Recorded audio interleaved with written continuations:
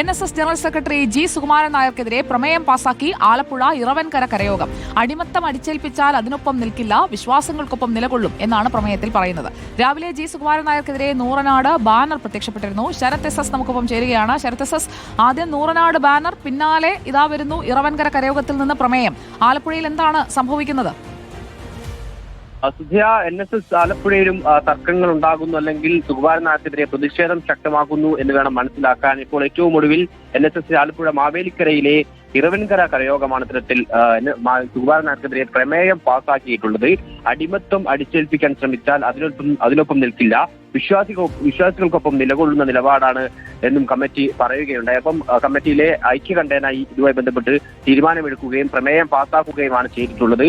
കമ്മിറ്റിയുടെ പ്രസിഡന്റായ പ്രശാന്ത് കുറുപ്പാണ് പ്രമേയം അവതരിപ്പിച്ചത്. കമ്മിറ്റിയുടെ മറ്റംഗങ്ങളൊക്കെ തന്നെ പ്രമേയത്തെ പിന്താങ്ങി രംഗത്ത് വരികയും ചെയ്തു. അങ്ങനെ ഐക്യകണ്ഠേന കമ്മിറ്റി ജനറൽ സെക്രട്ടറി സുകുമാരൻ നായർക്കെതിരെ ഈ പ്രമേയം പാസാക്കിയിരിക്കുകയാണ്. എന്തായാലും ആലപ്പുഴയിൽ ഈ പറയുന്ന പോലെ രാവിലെ നൂറിനാടും ഇത്തരത്തിലൊരു ബാനർ ഉയർന്നിട്ടുണ്ടായിരുന്നു. നൂറിനാട് പണിയൻ കരയോഗത്തിന് മുന്നിലാണ് ഇത്തരത്തിൽ ബാനർ ഉയർന്നിട്ടുണ്ടായിരുന്നത്. അങ്ങനെ ആലപ്പുഴയിലും ഈ സുകുമാരൻ നായർക്കെതിരെ ശബരിമല വിഷയത്തിൽ സർക്കാർ അനുകൂല നിലപാടെടുത്തതിന്റെ പേരിലുള്ള പ്രതിഷേധം ശക്തമാകുന്നു എന്ന് വേണം പറയാം.